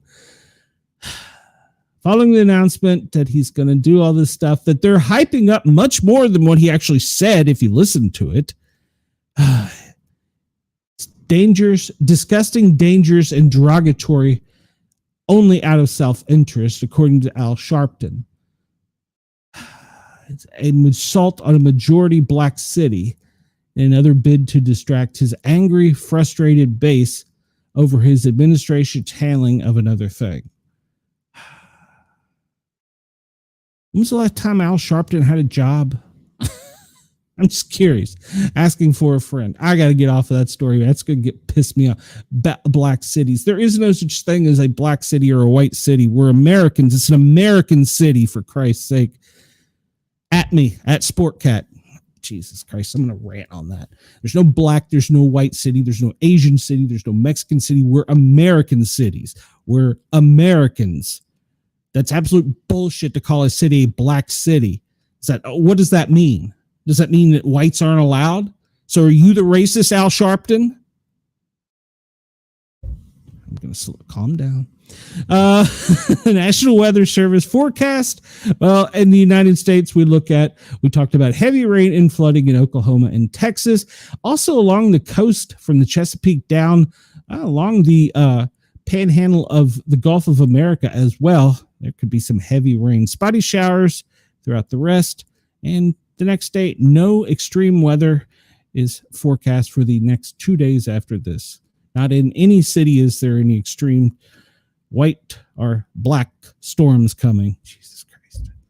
Jesus Christ. Well, what is wrong with people? The tornado forecast for today, according to the National Weather Service, is less than 2% for all areas. And high wind, well, the only high wind could be Oklahoma, the Texas handle up there, and in the great Northeast. And we can see possibly some storms producing in Oklahoma and Texas, some small hail today. Is the hail only going to hit white cities and black cities? Jesus Christ. This comes to us from the National Hurricane Center. This was updated this morning. I'm going to take a look at some other graphics here in a minute. Disturbance number 1 is the cyclone they expect to form in the next 7 days. That's going to continue to move out to the northeast. Maybe only Nova Scotia will be under the gun. Disturbance number 2, well, there's a 10% chance. It's a weak surface that they're talking about could interact with others, and there's a slight chance of it forming. Now, back here, we have Aaron. Aaron's a totally different thing. Currently, Aaron is a tropical storm. She's made it to named storm category. So we're going to keep an eye on Aaron. We're going to look at some predictions here coming up. And we see there's one also in the Gulf of America that is just a disturbance, and they don't think in the next 7 days it's going to form anything. So keep an eye out on that. Let's go to the graphics real quick.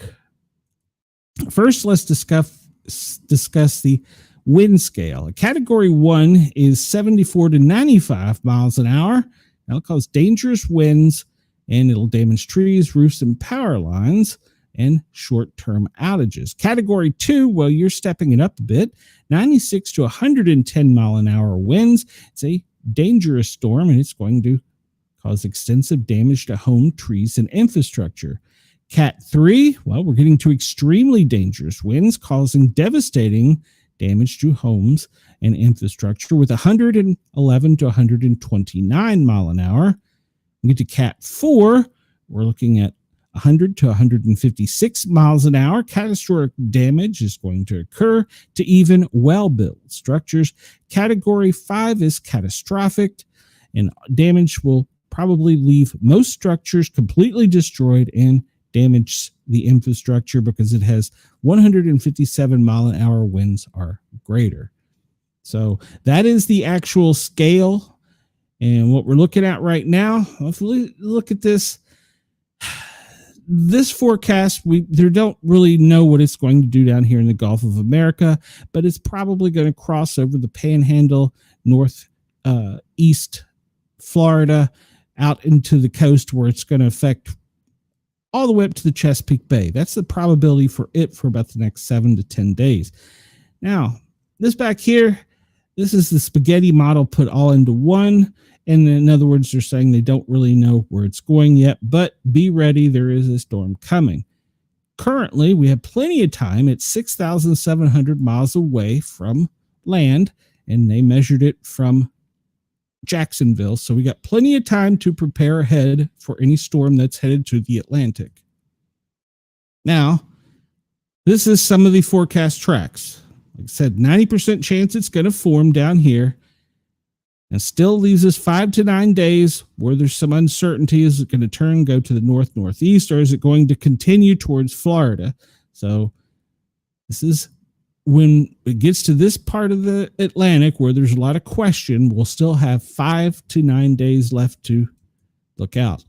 And if we look at one of the other ones, this is the UK model. We see the spaghetti strings and still don't know where it's going to go. So remember, we have a couple days out. We've got anywhere from 7 to 12 days to keep an eye on this and where it's going to go. So there's a lot of places. There's a lot of YouTube channels screaming that this is the big one. We're all going to die. Remain calm, people. It's going to have a hurricane, but we don't know exactly where yet. We still have plenty of time. If you look at it even on the bigger picture of the globe here, you know how far out it is. Tropical storm expected by midweek. and it's eventually become a hurricane. Uncertain where on the East Coast we should watch out for. So next 7 to 10 days, we need to really pay attention, but it's not panic time yet. So this talks about the average number of days. Well, from way back here, it's 12 to 14. And of course, as it moves closer, we see the time drop. And we will reference back to this chart. I'll cut this one down here and show the actual chances. And they're talking now about possible storm locations. We see Florida is peppered. So is the Carolinas. And if you go up to the northeast, there's also a chance. But once again, we're talking about something that is greater than 20 days away. So over the next 7 days, it's going to come off the Cape Verde, go out to the ocean. And there's a possibility that it will develop anywhere, depending on which site you listen to, 40 to 90%. So just keep an eye on it. This is a prognosticative guess. We don't know 100%. So, well, and this is a promo for my Wednesday night show where I have two great guests. We have Ethan. He has got the Bigfoot Detective comic book web series. And you have Carissa, who has it's Buffy the Vampire, goes back in time and she battles demons, angels, ghosts, cryptids. So check Carissa out on that show. It'll be a great show. Let's see here. I get that. I got to get rid of that now. All right, go away. All right, so there you go. Real quick, we've talked a lot about American weather. Let's talk a little bit about our friends down under. So we'll start here with Sydney. Well, Sydney, you're looking at high today of 61. That's going to come about 2 p.m. local time, maybe a little bit warmer, intermittent clouds and sunshine. So it'll be good. Brisbane, I've been told I've been pronouncing that wrong. Brisbane, well, you're looking today at cloudy skies with a high of 70. Your high is going to be cloudy today, maybe just slightly higher around 2 p.m. Darwin, today your high is going to be 86. Going to be warm up there in Darwin. So you're going to have sunny skies, low of 66 in the morning as it gradually is going to get warmer during the day. And Perth, wrong. Where am I going? Perth. Hold on, let me hit that again. I don't know what the hell I just did. Perth, you're looking at a high today of 71 with sunny skies. And Adelaide, you're looking at a high today of 57 and sunny skies. And basically, it's going to be Brisbane, strong, clear, and cool. It's going to be 11 to 12 Celsius, warming gradually to the low 20s Celsius by afternoon. Melbourne, cloudy and cool, 6 to 8 degrees Celsius, with showers expected in the early afternoon.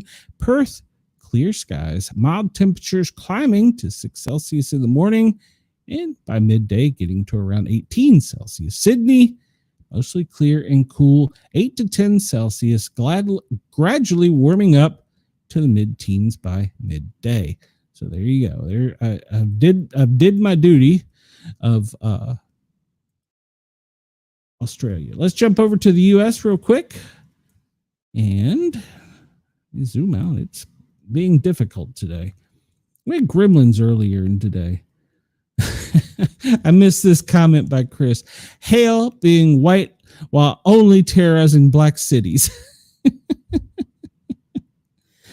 I saw somewhere, what's the senator or congresswoman from Texas said that today Trump and his supporters removed their white hood. And, why are we doing this? We're Americans. Jesus, stop with the race hating. Stop. It's stupid. Washington, D.C., well, sunny and 88 today. New York City, you're looking at a high of 87 today and a nice sunny skies. Go over to visit on my son over in Vermont, 88 to 64. He's in Montpelier. Jacksonville, let's see what you're doing today. You're going to be warm, 93, partly sunny skies. Tampa, you're going to be high of 87. low of 77, 10 partly cloudy skies. Atlanta, it looks like you're going to be cloudy and hot, up to 80 with some intermittent rain showers. Memphis, well, let's look at Memphis. High of 92, partly cloudy skies. Let's go over to Knoxville. I missed what was going on in Knoxville. So today in Knoxville, it's going to be a high of 86, partly cloudy skies. We need rain in Knoxville. We haven't had rain in days. Kansas, well, Kansas City, you're looking at rainy skies and a high of 81. We go up to Bismarck. If you want me to look at any specific city, just at me or shoot a message in the comments. I'll be glad to represent your city. Bismarck, well, you're looking at a high of 76, low of 57. We'll go over and visit the West Coast. Seattle, high of 83. That's hot for Seattle. Sunny skies. Go down to Medford, Oregon. Rose City, I believe it's called. It's going to be a high of 101. Whew, that's going to be warm. Down in Los Angeles, they're only going to get to a high of 86. That's kind of impressive considering what Medford's going through. Phoenix, well, triple digits, a high of 109. I suspect it's probably going to get higher than that. Las Vegas, you're in triple digits, sunny skies, 108. Albuquerque, you're going to be in triple digits too, I bet. No, you're at 92 with sunny skies. Dallas, you stupid Cowboys. It's going to be a high of 95. Okay, I'll be discriminatory towards the Dallas Cowboys. Is that allowed? Dallas, 95 and sunny today. I don't think I missed any of where our fans are normally at, so. Well, no, I did. I missed Louisville for fans in Louisville, Kentucky. High of 90, partly cloudy skies today. So, all right. Looking at the radar real quick, doesn't look like there's any rain on the continent right now in Australia. So you're looking good so far, just cloudy. And we'll go over to the U.S., take a peek at the radar, and we'll see down in the Gulf of America, well, it's rainy and wet along the Gulf of America from Houston all the way down the Panhandle to Tampa, and a little bit spotty down in the Keys. On the other side of the Atlantic coast, looking up in the Carolinas, well, basically from Savannah up to the Chesapeake Bay, some spotty showers. Moving inland, there's some showers in, well, it's just to the east of Knoxville, of course, over in Raleigh and parts of both North and South Carolina and the Appalachian. The next biggest, heaviest rain currently is right now from Topeka to the south and to the north, almost to Omaha.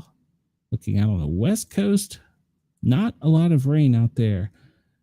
Wisconsin, you had a rough weekend, and it looks like most of the rain is gone away for the moment. I know it was rough for you. Springfield, you get some spotty showers. It looks like it's cutting across Illinois, a small band. Take another look at weather warnings. Let's see what we got. Let me refresh this because it may be a little old. Go to Weather Warn and check it out.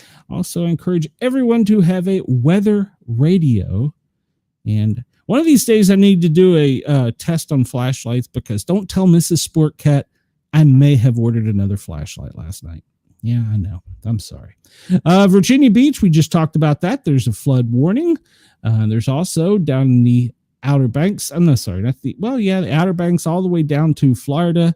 There's some marine statements. Andy's getting in his test message in Montgomery County. Floods in the Carolinas. We talked about that. Montana, fire watch. We didn't really go over that today. So Montana, Idaho, well, there's a fire watch. And special weather statements in Texas and in Alaska. I wonder what that one's from. Let's check that out. Let's see. According to the web gauge and laser gauge, indications of ice overtopping the dams. All right. That's not one I would have called for this time of year. So there you go. There's ice topping the dams. It causes a special weather statement. Flooding in Texas, flood advisory. Special weather statement in Texas. The heat is going to be rough in the Northeast today. So if you're up in Maine, really if you're in that whole region of the country, Massachusetts, Vermont, New Hampshire, it's going to be a warm day. My son hit triple digits in Burlington over the weekend. They don't normally get that hot. flood advisories in Louisiana and in New Mexico, South Carolina. We talked about it. Coastal flood warnings along the coast. Extreme heat. We just talked about that up in Maine and New Hampshire. And we talked about flooding in North Carolina, Oklahoma. Some of those storms, you could see some floods today. So, and both the Carolinas and Georgia, there's some flood advisories due to the storms going through. And heat, well, we talked about the heat. Arizona, California, Nevada, New York, and Vermont can all expect some heat warnings or advisories for today. So if you're out, make sure that you have plenty of water to drink. Stay hydrated. Try and stay as cool as you can. Get the air conditioning breaks in when you can. Take advantage of it. Air quality alerts. That's from the fires we talked about in Colorado. So there's some air quality alerts there. And California, well, you've got some beach hazard advisories. We're still looking at, for the next 9 hours, flood warnings up in Wisconsin. That's probably from the range to the north. So be prepared there. And let's see, that's about it for the moment. Let's look at the map and see how it shakes out on the map. And look and see. All right, so here's the tropical storm we talked about already. And Erin, she's just going to kind of meander around. And what she does here is anybody's guess. Look at the two disturbances in the Pacific and see how they're going out to sea and will not harm anyone. So zooming in, we see a heat advisory down in Louisiana and part of Mississippi. We see that storm in the Gulf of America is pretty intense. And it's right now hitting, what is it hitting? New Orleans. So if you're New Orleans, you have a pretty large storm there. Looks as though down in Cape Coral, down in Naples, that area, it looks like you're going to get a pretty good sized storm.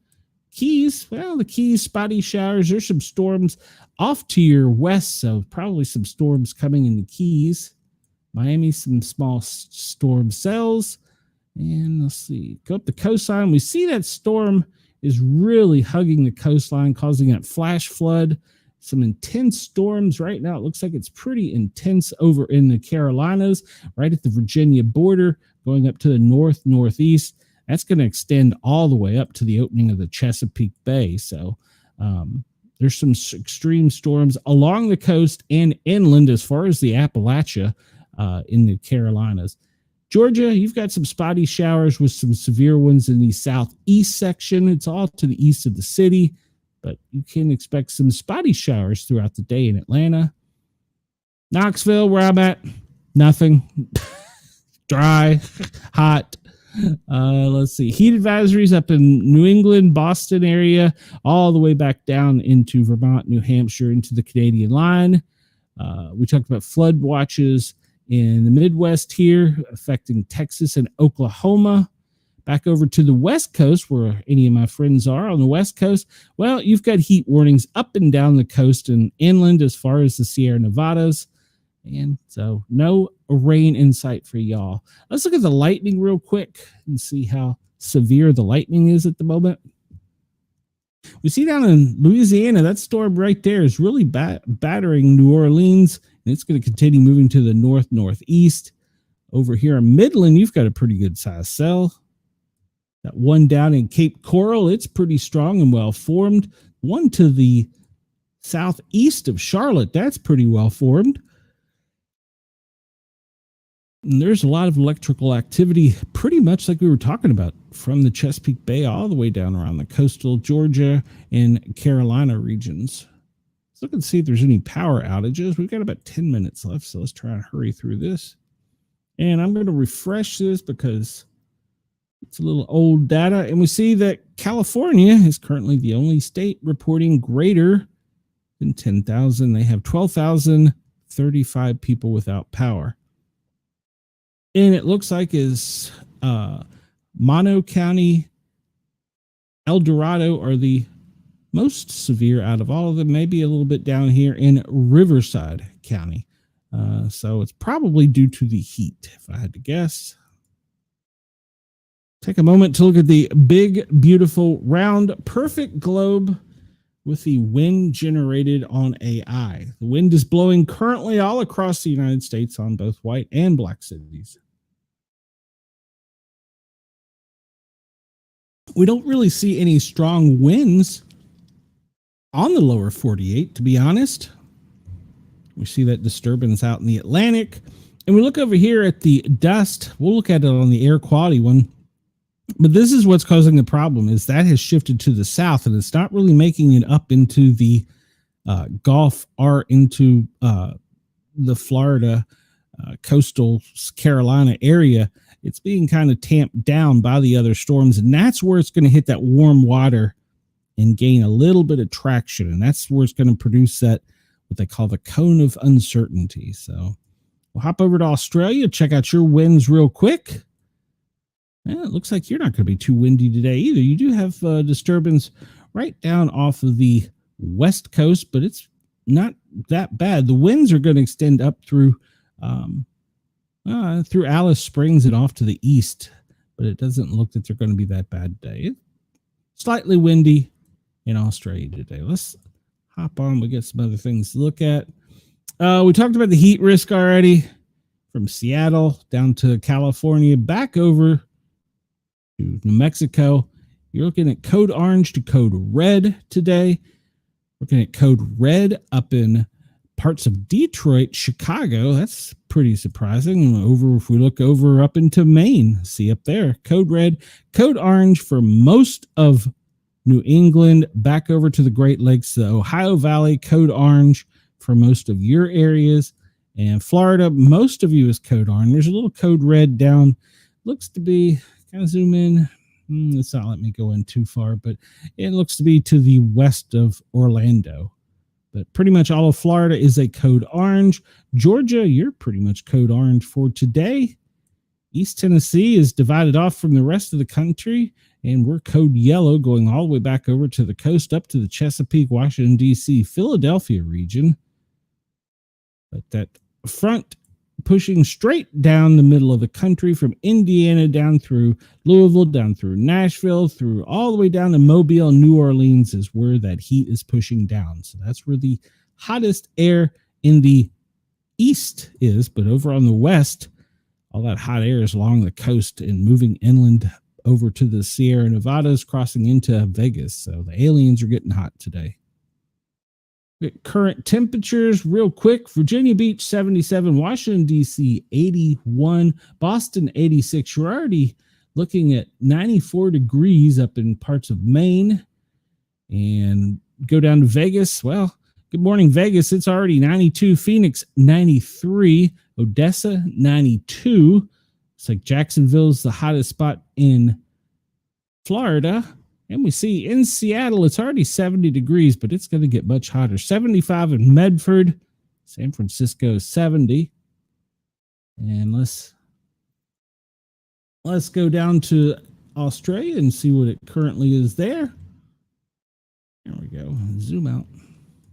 Sydney, you're looking at currently 50 degrees in Sydney. Melbourne 44, Adelaide 54, Perth 50. Oh, I'm butchering it.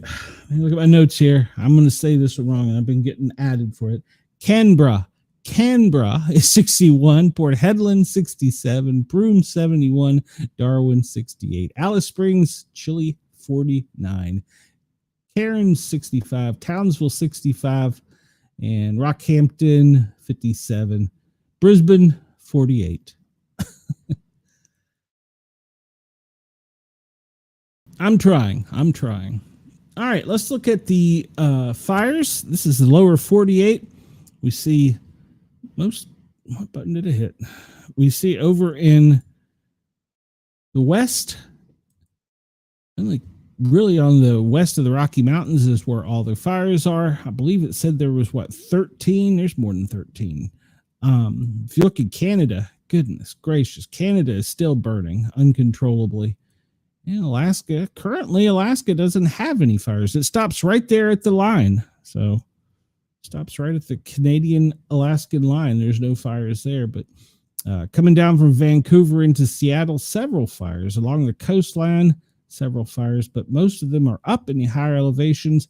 And it looks like those in Denver are small. Over to the west, Granby, well, that area, they're still working to tamp those out. Let's see. On the east, only thing on the east I see is, let's see, to the west of Alexandria in Louisiana, there appears to be a fire. The Backbone Fire. It's 1,849 acres, and it doesn't look like it's contained. So there's that. Is the only one to the east of the Mississippi I see.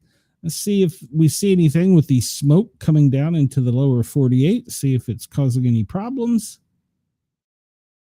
We did see that there were some air quality alerts, but I don't think it's due to the, no, not that button, due to the fires. Most of the air quality alerts, North Dakota code red, South Dakota code yellow. That's going to go all the way down to Des Moines, all the way across really to the Great Lakes. Code orange there in that little section of Granby in Colorado, which we already discussed because of that one fire. And that's pretty much it. On the east, there's one small spot. Looks like in the Piedmont range of a code yellow, but pretty much from the east of the Mississippi down on the southeast side, there doesn't appear to be any air warnings or air quality issues. See the smoke from the fires? We've got a good image of it here. The smoke from the fires we're finally trading back some from the Colorado fires going up into Canada. Finally, we're giving them some of our smoke, but they're merging and extending pretty much all across the United States, causing a hazy day from the Sierra Nevadas back over to the East Coast, actually down to Washington, D.C., but the South looks like it's got pretty free, smoke-free day. Up in Canada, God love you, you still got lots of heavy smoke from the fires up there. Look at the quick air quality. This comes to us from IQ Air. You can check it out. Their big, beautiful, perfect round globe. It shows pretty much what we've talked about. Up in the Midwest, we see the smoke from the fires in Canada have caused the air quality problems. Over in Colorado, we see that. Big picture we want to take away from this is the smoke, or I'm sorry, the dust moving across the Atlantic is being pushed down to South America and barely making it up to the Gulf of America. That's what's causing these areas of the ocean to warm up, the air to warm up. And so that's where it's going to be the problem for the next couple days, our next 20 days. We'll just keep an eye on it. Don't panic. Australia, it looks like you're going to have some pretty good quality air today. So I don't see any bad areas for you in Australia to you. So good morning to you. And hopefully you're having a pretty decent air quality day. We're going to take a look at latest earthquakes. I'll refresh it because this changes. And looks like there was one in Alaska. How long ago was that?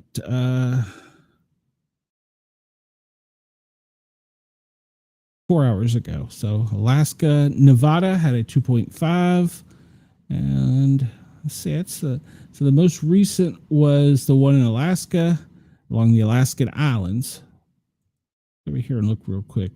Update this one. And okay, where's my chart? All right, well, we'll just look and see the most recent one according to the maps. I'm gonna zoom out on this one a whole lot. And it looks like the most recent one, Western Texas 2.3, Nevada 2.5, Southern California 2.1. Those are the most recent in the lower 48. But there was better. Yeah, all right. We'll just get done with that real quick. No tsunami warnings and no watches. All right. Well, I have run out of time. I've talked too much. Go over here to Bitdefender and show where we're being attacked. I want to thank everybody at Radio X in Australia, Yerg's Radio, for allowing us to tickle your ears today.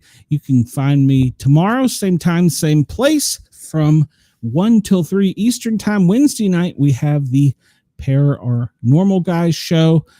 And then we have a Big Brother show covering US CBS's Big Brother on Thursday night. You can find it on all of the Dare Talk Media and Yerg stations. And Then over the weekend, we'll be back again on Sunday. So Monday through Friday, same time, same location. You can find me here. And until tomorrow, we will see you soon. I got to play my legal thing here. You're listening to a Dare Media Group and Mastiff Media radio station. From Dare Media Group, Radio X Gold, Radio X Country, 6RXM, Radio X Magic, and Dare Talk Radio.